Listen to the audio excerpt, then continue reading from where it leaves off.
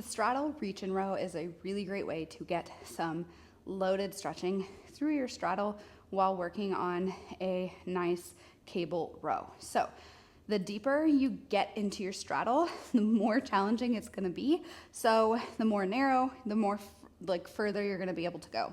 You want to make sure that you have space to be able to get into your straddle that is comfortable.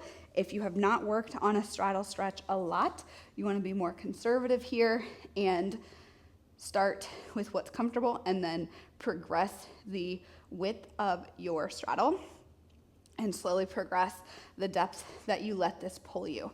So you're going to have the handles attached to your cable or your band that is attached to something that doesn't move.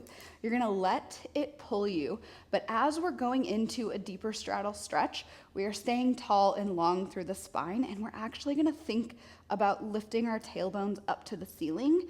That way we are not just fully rounding unless that bothers your back. Eventually you will get into some rounding to feel a little bit of a deeper stretch. We do not want to push into pinching on the inner hips here.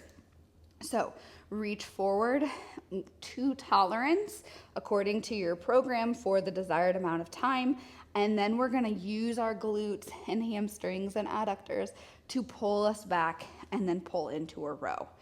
Now, the depth that you go is going to be determined by the weight also that you have on the cable.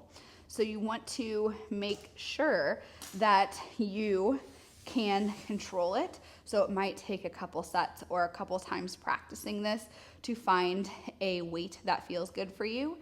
The other way you can make this more challenging is by putting dumbbells or kettlebells in front of your ankles to stabilize them, just to give you a little bit more of a counterbalance. It will increase the intensity of the stretch for your adductors, so only do that once your adductors and inner thigh muscles can tolerate it. But again, we don't want to push into any pinching or compression in the hips with this exercise. If you're feeling that, then we can modify by sitting up on a yoga block, by maybe going into a bear position here, bending the legs, or we can just do a more narrow position, or just sit upright on a bench or something along those lines, or just might not be an exercise for you. So don't push into that, but over time, you should feel like you can go a little bit deeper and get a little bit more comfortable in that position to get a little bit of sneaky flexibility work for your adductors.